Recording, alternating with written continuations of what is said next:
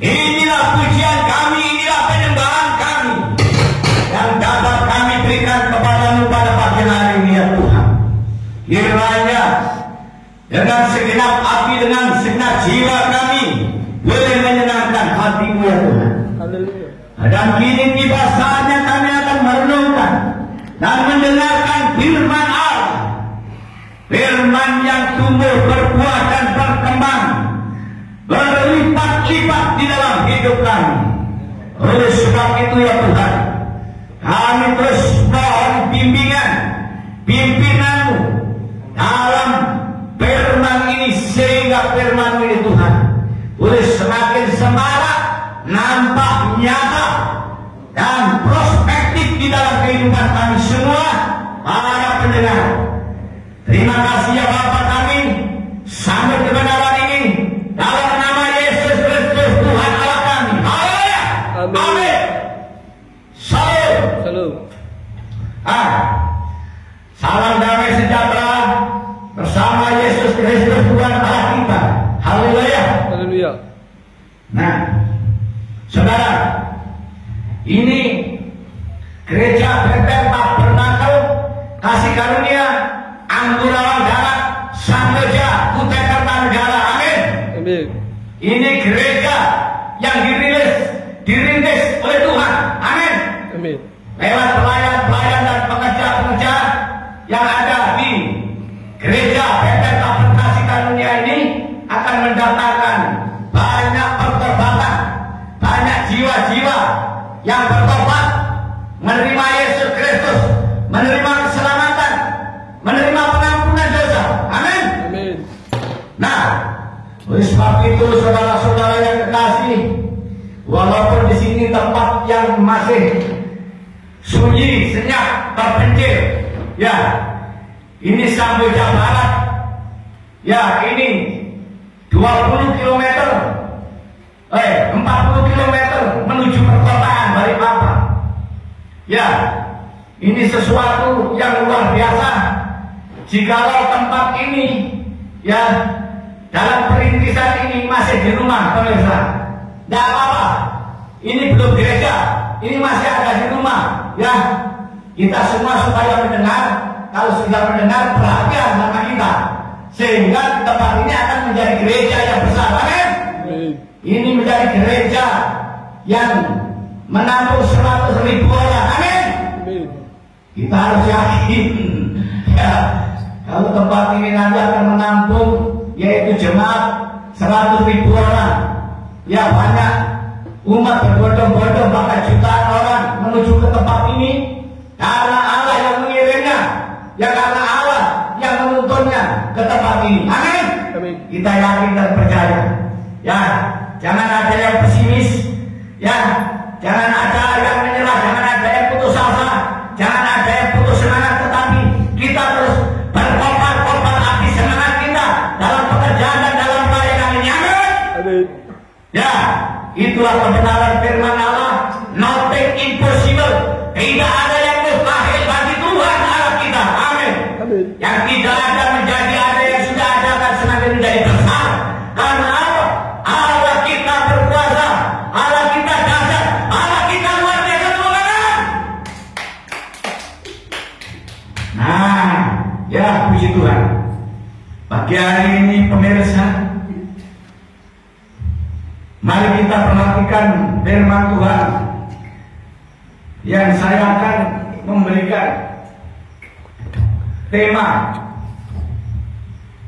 tentang panggilan dan pilihan Allah ini, pemirsa. Ya, banyak orang menutup mata di tempat ini, melihat tetapi tidak melihat, mendengar tetapi tidak mendengar.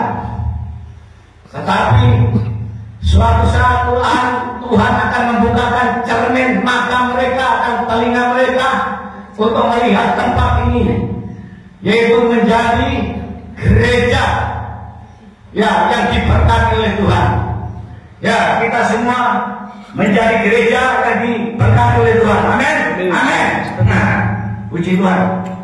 judul firman Tuhan ya pagi hari ini, ya saya akan mengambil yang berhubungan dengan perjamuan kudus, yaitu kasih karunia yang menyelamatkan.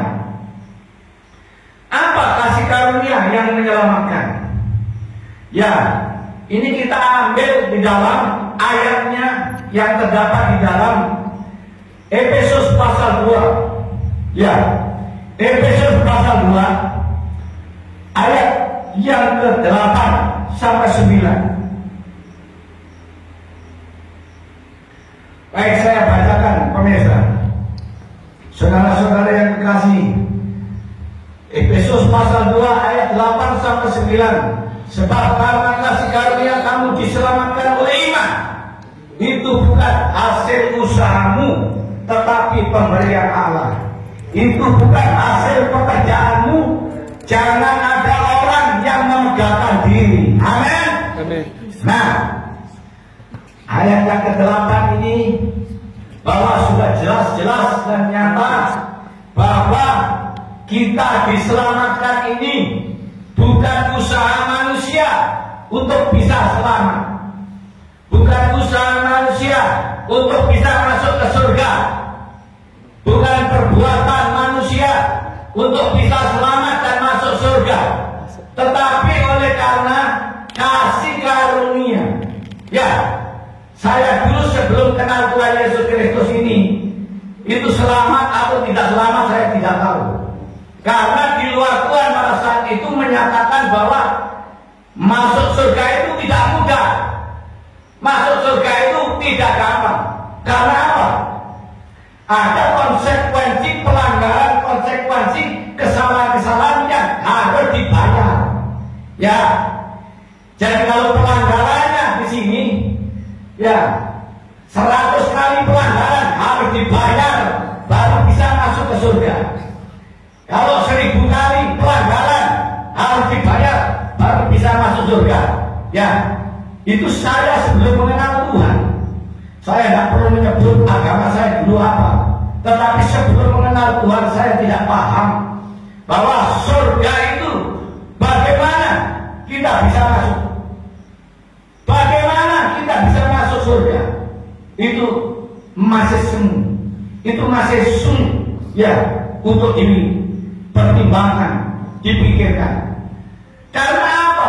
Jelas setiap orang, firman Tuhan mengatakan atau semua orang telah berbuat dosa dan telah kehilangan kemuliaan Allah. Itu adalah firman Tuhan mengatakan. Jadi tidak ada orang yang tidak berbuat dosa sekalipun nabi siapapun. Ya, di Alkitab mencatat semua nabi-nabi dan rasul pernah berbuat dosa dan melakukan dosa. Apalagi umat, apalagi orang awam, apalagi manusia biasa, dosanya banyak. Ya, karena itu harus menebus dan harus membayar. Ya, bagaimana cara menebus dan bagaimana cara membayar? Itu lewat perbuatan-perbuatan, lewat perilaku-perilaku, lewat tindakan-tindakan. Ya, dengan menggunakan sarana dan prasarana, menggunakan material, menggunakan benda, binatang, uang, dan lain sebagainya untuk bisa menebus kesalahan, untuk bisa menebus dosa-dosa kita. Nah, oleh sebab itu saudara-saudara yang kekasih, mari kita simak baik-baik. Dosa itu tidak bisa ditebus dengan duit. Dosa itu tidak bisa ditebus hanya sekedar dengan benda, hewan, binatang, dengan melunasinya. Tetapi itu semua hanya bersifat temporer, hanya bersifat sementara. Jadi kalau bisa menebus dengan binatang, kalau bisa menebus dengan uang, itu sifatnya hanya temporer, hanya sementara. Saudara-saudara yang terkasih, ya, tetapi firman Allah menyatakan bahwa keselamatan, hidup kekal, masuk surga itu bisa ditebus bukan untuk temporer, bukan untuk sementara, melainkan untuk selama-lamanya. Amin. Apa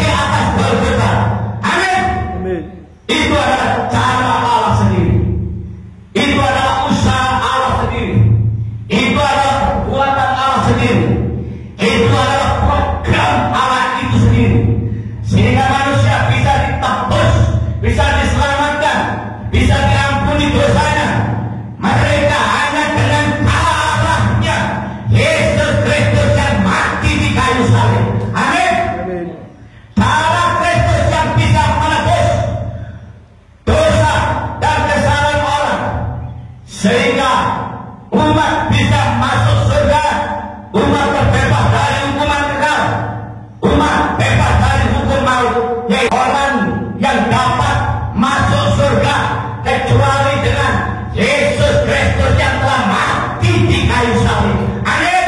Amin. Itu kebenaran. Di dalam Alkitab kita sebenarnya simple tapi mahal harganya. Simpelnya cuma ditebus oleh darah Yesus Kristus, darah satu orang. Kenapa demikian? Karena dosa itu disebabkan oleh darahnya satu orang, Adam, yang berbuat dosa. Ya Adam dan Hawa, tapi sebenarnya perbuatan Adam itu yang menanggung dosa secara alkitabiah. Oleh sebab itu di sini menyebabkan semua dosa umat manusia yang ada di dunia ini. Ya, jadi sedikit saya bersaksi ketika saya mengenal Tuhan itu tidak pernah saya itu punya rencana untuk masuk Kristen. Tidak ada punya rencana untuk menjadi orang Kristen. Justru sebenarnya saya menolak. Seringkali saya ditawari, tetapi menolak. Ya, jadi tidak pernah saya pikirkan. Ketika saya pertama, yang ini saya saksikan sendiri. Saya masuk di gereja GPI Surabaya, ya Jalan Dupak Bangurjo itu. Ya, ini sebenarnya yang pertama-tama saya kenal sama almarhum Bapak Pendeta itu, yang Minggu Elisa. Saya mau masuk gereja itu cuma mau berdebat sama Pak Pendeta itu. Ya. Setelah saya lakukan perdebatan dengan Pak Pendeta itu, maka jawabannya Pak Pendeta di sini, kalau kamu nanti dipilih Allah pasti masuk surga. Tetapi kalau tidak, maksudnya kalau kamu dipilih Allah, ya nanti pasti ke gereja. Ya, tapi kalau enggak, ya enggak apa-apa. Ya, cuma begitu jawabnya. Akhirnya, terus saya pulang. Ketika saya pulang, di dalam hati saya berpikir, oh ya baik, ya perhatian. Orang Kristen itu tidak mau perdebatan. Ternyata, ya tidak perlu berdebat. Karena apa? Di dalam Tuhan tidak ada yang diperdebatkan. Karena apa? Intinya selamat di dalam Yesus Kristus itu tadi. Kalau mau terima Yesus Kristus sebagai juru selamat, kalau memang dia adalah panggilan dan pilihan Allah, ya pasti masuk surga dan pasti dia ke gereja. Lah, saya pulang. Setelah itu, dari waktu ke waktu dalam hati saya juga mau mencoba lagi ke gereja, ingin mendengarkan pujian, nyanyian. Ya, sebenarnya saya masuk ke gereja pertama juga tidak mau tepuk tangan. Saya hanya mau mendengarkan kayak apa ini ya di dalam gereja. Ternyata ramai di situ ya. Ada yang menangis, ada yang menjerit, ada yang berteriak-teriak juga di dalamnya itu ketika ada satu sentuhan yang dari Roh Kudus itu yang menurut ajarannya. Nah, di situ dari hari ke hari akhirnya saya tidak merasa hingga sampai 1 minggu, 2 minggu, 3 minggu, bahkan berminggu-minggu saya sering masuk gereja. Itulah awalnya saya menerima Yesus Kristus sebagai Tuhan dan Juru Selamat. Tidak pernah saya pikirkan, tidak pernah saya terlintas dalam hati dan pikiran saya. Karena saya terus terang aja tidak yakin di dalam hidup saya ketika itu ya untuk masuk surga. Ketika saya mendapatkan pengajaran dari Pak Pendeta itu, Pak Minggu Elisa pada saat itu ikut kaum remaja, kaum pemuda, ya jadi ikut ibadah pemuda. Kemudian di situ diajarkan tentang Alkitab dari Kejadian sampai Wahyu. Sudah sampai berapa kali waktu itu ya? Kejadian sampai Wahyu. Itu di pemuda saya di gereja GPI, ya namanya dulu GPI, Gereja Pantai Kosta di Dupak Bangurjo, Surabaya. Nah, di situ hingga sampai sekarang ini, ya saya tetap menjadi umat Kristen, menjadi pilihan Allah, umat yang dipanggil, yang ditetapkan untuk diselamatkan. karunia itu adalah panggilan Allah, pilihan Allah bagi umat semua. Orang Kristen yang gak nyolong-nyolong, dulunya belum Kristen menjadi Kristen, itu bukan kebetulan, bukan sesuatu hal yang biasa, tetapi khasiat dan luar biasa. Amin. Panggilan surgawi, panggilan masuk untuk menjadi orang yang diselamatkan itu bukan sesuatu yang biasa, tetapi hal yang luar biasa dan khasiat. Itulah sebabnya, saudara, umat Kristen, jangan ada yang kecewa, jangan ada yang menyesal ketika oleh karena kehidupan saudara mengalami kesulitan ekonomi, kesulitan pekerjaan, bahkan sakit penyakit. Jangan pernah menyesal. Saudara, itu semua memang bisa terjadi di dalam kehidupannya. Tetapi kita ingat bahwa ada tempat yang paling indah, tempat yang paling bahagia, tempat yang menyenangkan, yaitu ketika kita nanti sampai di surga. Oleh sebab itu, ingatlah saudara-saudara, ketika kita di sini mengalami apapun persoalan, permasalahan hidup, kita mengingat bahwa ada surga yang mulia, ada surga yang kekal, ada sukacita yang besar yang ada di surga, ada sorak-sorai, ada pujian dan penyembahan yang ada di sana. Itulah sebabnya saya tetap tenang dalam menghadapi persoalan di dalam hidup ini. Saudara harus tenang, saudara harus tentrem, ayem, harus bahagia, harus sanggup ya untuk menghadapi pola kehidupan, proses kehidupan ini. Ya, karena itu semuanya akan berakhir.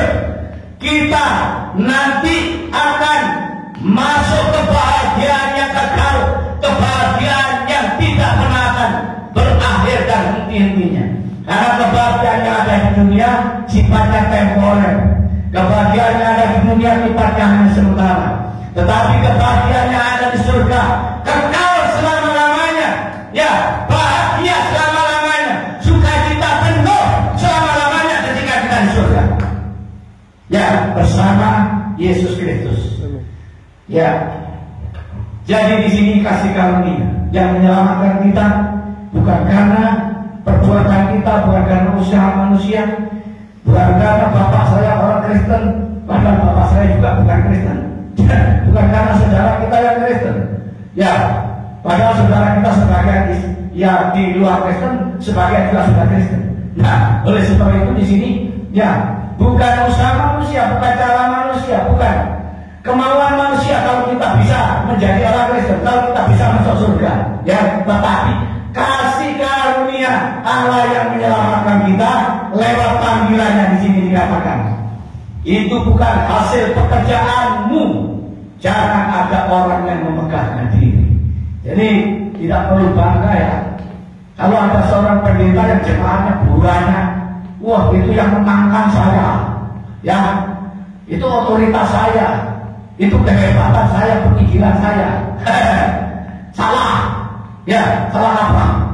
Tetapi sebenarnya mereka hanya ya dikirim Tuhan ke tempat saudara, dikirim Tuhan ke tempat gereja-gereja, dikirim Tuhan ke tempat penginjilan. Nah, itu sebabnya jangan ada orang yang memegahkan diri. Ya, yang pertama, yang berikutnya di sini kita dipanggil untuk melakukan pekerjaan ya yang baik. Ya, Efesus pasal 2 tetap ya. Kita ini dipanggil untuk melakukan pekerjaan yang baik. Ya. Efesus pasal 2 ayat yang ke-10, karena kita ini buatan Allah, diciptakan dalam Kristus Yesus untuk melakukan pekerjaan baik yang dipersiapkan Allah sebelumnya. Ia mau supaya kita hidup di dalamnya. Ya. Jadi kalau kita dipanggil, dipilih oleh Tuhan itu dipersiapkan untuk melakukan pekerjaannya. Pekerjaannya itu pekerjaan apa? Yang ngangkul, yang baca, yang nyales, yang di kantor, yang di kebun, di pertanian, juga di gereja. Bekerja di gereja juga sama. Tidak ada bedanya pekerja di gereja dengan pekerja pertanian. Tidak ada bedanya. Kita tani, kita berteduh sama dengan orang yang melayani di gereja itu sama. Ya, derajatnya sama. Pahalanya sama, berkahnya juga sama. Tidak ada bedanya sama sekali. Kalau mau bekerja baik, walaupun itu bertani, juga mendapatkan pahala, mendapatkan penghasilan, mendapatkan pahala. Ya, walaupun itu di pertanian, di perikanan, kalau kita mau bekerja yang baik, juga mendapatkan pahala. Ya, juga mendapatkan berkah. Kalau kita mau bekerja sebagai sales, marketing, pemasaran, kalau kita mau bekerja dengan baik, dengan benar, itu semuanya akan mendapatkan pahala, mendapatkan berkah. Ya, jadi tidak ada bedanya. Kalau kita kerja, yang ada di gereja sebagai seorang pekerja, musisi atau musik, atau itu dikatakan pelayan gereja pekerja, atau pendeta, ya, atau diaken, atau apa saja lah, pendeta dan lain sebagainya, atau penginjil, sama dengan petani, sama orang yang bekerja dengan berkebun. Oleh sebab itu kita tidak perlu, ya, kalau bukan panggilannya untuk kerja, kalau bukan talentanya, kalau bukan apa namanya itu, ya, talenta, ya, atau karunianya untuk bekerja di gereja, ya jangan memaksakan diri. Ya, nanti malah nggak berhasil, malah nggak jadi berkat, ya malah jadi sesat. Nanti nggak jadi berkat, malah jadi umat. Apa? Ya, jadi masalah di situ nanti. Lebih baik bertani, lebih baik bekerja, lebih baik menjadi sales atau bekerja di tempat yang lain. Nah, itu sebaiknya, saudara yang terkasih. Ya, jadi kalau kita bisa melakukan pekerjaan baik juga, bukan karena kita. Ya ingat, kalau kita bisa menghasilkan usaha yang baik, penghasilan yang baik, ya pekerjaan yang baik, bukan karena kita, tetapi apa? Karena kasih karunia. Jadi kasih karunia itu mempersiapkan kita untuk bisa menjadi orang yang bekerja dengan baik. Jadi orang yang bisa bekerja dengan baik itu oleh karena kasih karunia. Biolale ya seperti itu. Jadi kalau tanpa kasih karunia orang tidak bisa bekerja dengan baik. Tetapi oleh karena kasih karunia Allah itu, ya, untuk mempersiapkan kita untuk bisa menjadi pekerja yang baik. Ini harus paham, ya, kebenaran. Jadi kalau kita bisa menjadi orang sukses, bisa menolong orang, membantu orang, ya, bisa membantu pekerjaan Tuhan, pelayanan Tuhan, bisa membantu orang miskin, yatim piatu, ya, bisa membantu semua adalah yang berhubungan dengan apa kebutuhan kehidupan ini. Maka itu semua karena kasih karunia. Amin. Karena kasih karunia kita diberikan segala kekuatan, kesehatan, kesembuhan, kemampuan dan penghasilan yang baik, pekerjaan yang baik. Ya, paham ya saudara. Amin. Paham. Ya, kita lanjutkan di sini. Kita di sini diselamatkan karena iman. Amin. Roma 10 ayat 9. Ya, Roma 10 ayat 9 mengatakan, sebab jika kamu mengaku dengan mulutmu bahwa Yesus Kristus dan percaya dalam hatimu bahwa Allah telah membangkitkan Dia dari antara orang mati, maka kamu akan selamat atau diselamatkan. Jadi orang yang diselamatkan yang pertama adalah karena kasih karunia. Ya, orang bisa sukses karena kasih karunia. Orang diselamatkan karena sudah beriman, mengaku dengan mulut, percaya di dalam hati bahwa Yesus Kristus adalah Tuhan, maka diselamatkan. Amin. Nah, siapa orang yang mengaku dan percaya bahwa Yesus Kristus adalah Tuhan? Siapapun, semua, siapa yang mau dan siapa yang diberikan kasih karunia. Jadi orang yang menerima kasih karunia yang dari Allah itu pasti mau mengaku di dalam mulutnya dan menerima di dalam hatinya bahwa Yesus Kristus adalah Tuhan. Seperti yang sudah saya saksikan, dulu saya belum menerima kasih karunia dari Allah. Ya saya menolak, mendengarkan nama Yesus kita sudah muak, sudah marah. Oh didengarkan nama Yesus apa itu? Yesus itu anak Allah, masa Allah beranak dan lain sebagainya. Ya itu sosok, sosok salah. Itu dulu, tapi setelah saya paham di dalam Alkitab, paham di dalam kebenaran bahwa Yesus Kristus adalah Tuhan, Yesus Kristus adalah anak Allah, Yesus Kristus adalah Juru Selamat, Yesus Kristus adalah Allah Sang Pencipta langit dan bumi. Saya yakin dan percaya, karena saya sudah membaca dari Kejadian sampai Wahyu berkali-kali. Jadi yang sudah seringkali saya lakukan adalah berkali-kali membaca Alkitab, maka saya semakin paham. Bukan karena saya sekolah Alkitab. Sekolah Alkitab itu memang boleh, ya bagus untuk menambah wawasan pengetahuan. Ya saya sekolah sampai S2 itu sebenarnya bukan jaminan. Ya kita menjadi orang yang baik, tetapi jaminan yang menjadi orang yang baik kalau kita rajin membaca Alkitab. Ya kalau kita rajin untuk merenungkan Alkitab, membaca Alkitab. Nah, diupayakan setiap pagi, ya di sini setiap hari harus ada pembacaan Alkitab satu ayat atau satu pasal. Ya ini. Nah, saudara yang kekasih, tadi apa tadi? Mengaku dengan mulut, ya, dan menerima di dalam hati Yesus sebagai Tuhan, maka diselamatkan. Ya, siapa yang mengaku? Yang pertama orang Kristen. Siapa yang mau mengaku? Siapa tuh? Pasti selamat kalau mengaku Yesus Kristus sebagai Tuhan dan Juru Selamat. Selamat ya, masuk surga, dijamin. Yang jamin bukan saya, Yesus Kristus dan Alkitab yang menjamin. Ya, ada orang menjamin untuk masuk surga ya sempurna. Kayak dia itu yang berkuasa di surga. Ya ada orang yang menyatakan loh, kalau kamu mau ini begini, tak jamin masuk surga lah sempurna. Tidak ada yang bisa manusia menjamin masuk surga kecuali Allah itu sendiri, karena Allah yang teliti tahu persis kebenarannya. Ya, apakah orang ini masuk surga atau tidak Allah sendiri.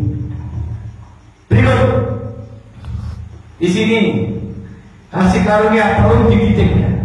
Tidak langsung instan.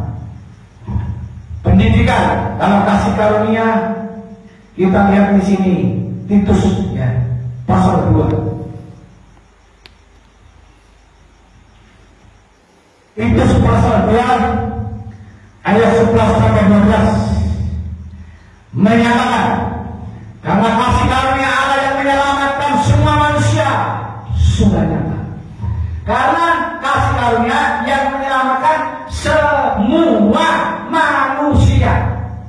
Nah, ada tak di sini sebagian manusia? Tidak ada.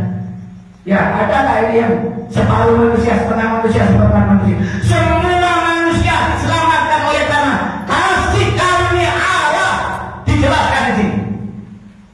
Nah, manusia yang percaya mengaku dengan mulut dan menerima menyimpan di dalam hatinya bahwa Yesus Kristus itu Allah, Yesus Kristus itu adalah Tuhan.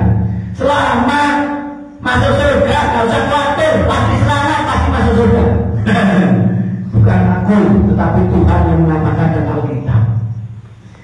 Kemudian dia mendidik kita supaya kita meninggalkan kefasikan dan keinginan-keinginan duniawi, dan supaya kita hidup bijaksana, adil, dan beribadah di dalam dunia sekarang ini. Nah, jadi tujuan kasih karunia itu untuk mendidik kita, ya, mendidik kita meninggalkan kefasikan, bukan meninggalkan dunia. Kalau meninggalkan dunia ya pahit itu namanya, tapi jangan sampai kira ada nyanyian kok tinggalkan dunia ini mau mati atau mau kawin, ya keliru.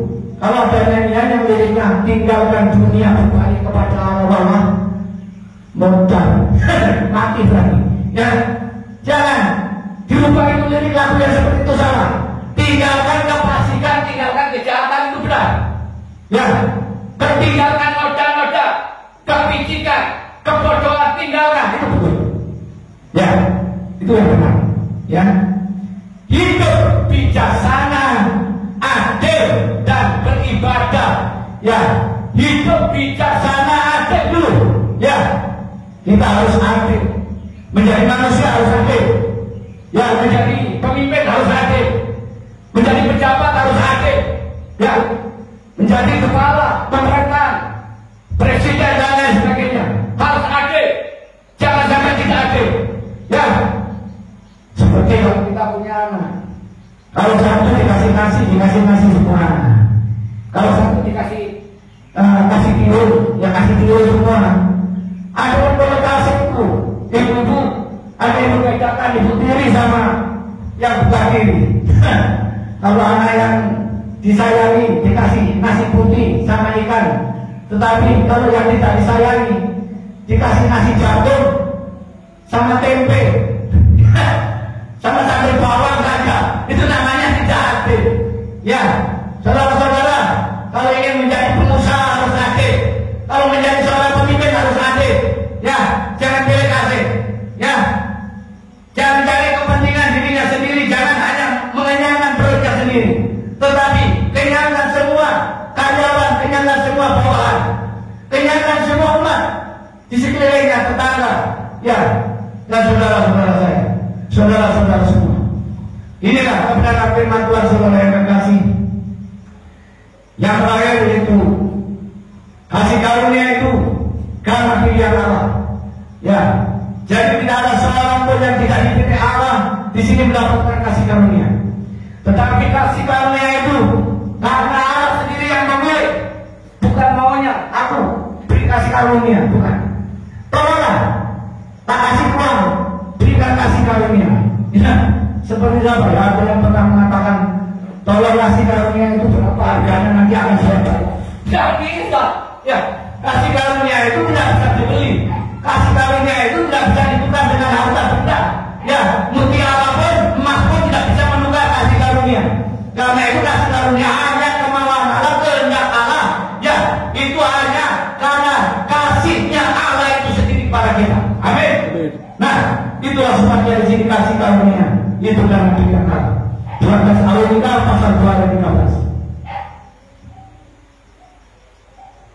Dan 12 Al-Iqal pasal 2 ayat yang ke-13. Sahabat, dipilih oleh semangatnya. Akan tetapi kami harus selalu mengucap syukur kepada Allah karena kamu saudara-saudara yang dikasihi Tuhan, sebab Allah dari semulanya telah memilih. Amin. Memilih kamu, memilih saudara. Allah dari semula itu sudah memilih saudara. Walaupun dengan berliku-liku, dengan berbagai cara, dengan berbagai persoalan, di sini bisa menjadi orang Kristen, bisa menjadi orang percaya, seperti kesaksian saya. Ada yang dulu juga terlambat, ya, tidak punya agama, tidak punya Tuhan menurutnya.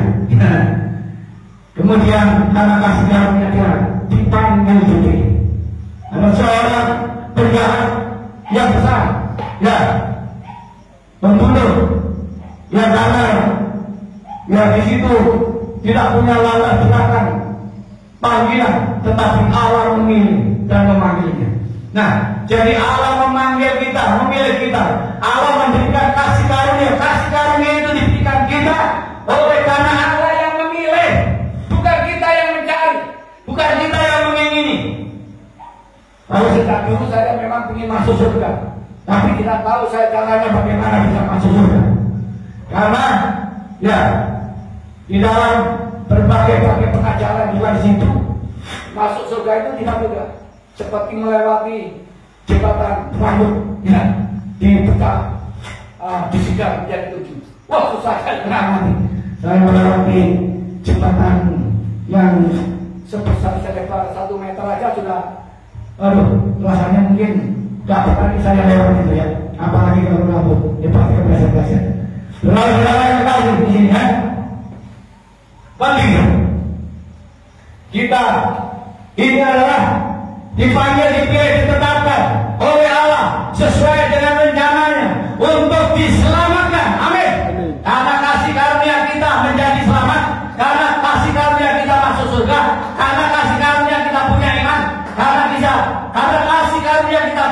bisa bekerja dengan baik. Karena kasih karunia Allah kita bisa melakukan apa yang baik.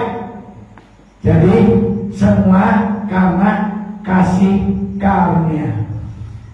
Ayat 14, untuk itulah Ia telah memanggil kamu oleh Injil yang kami beritakan. Ya, jadi panggilan Allah itu lewat Injil. Ya, lewat Alkitab. Injil itu dibuat untuk memanggil lewat pemberitaan Allah. Loh, kalau nggak lewat Injil, terus tiba-tiba memanggil, kayak apa ya? Saya susah untuk membayangkan. Saya dipanggil Allah. Gideon! Siapa sih yang manggil lagi? Siapa yang manggil lagi? Gak ada itu. Cuma suara toh, tapi gak ada rupanya. Jangan-jangan saya dipanggil hantu. Bingung kan? Bingung. Jadi kalau kita dipanggil melalui Injil, jelas, gamblang, ya, nyata karena apa? Tertulis di dalam Alkitab, tertulis di dalam Injil.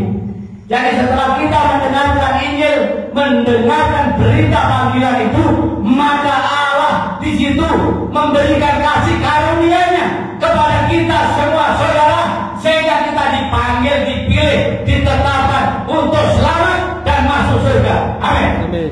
Tuhan memberkati.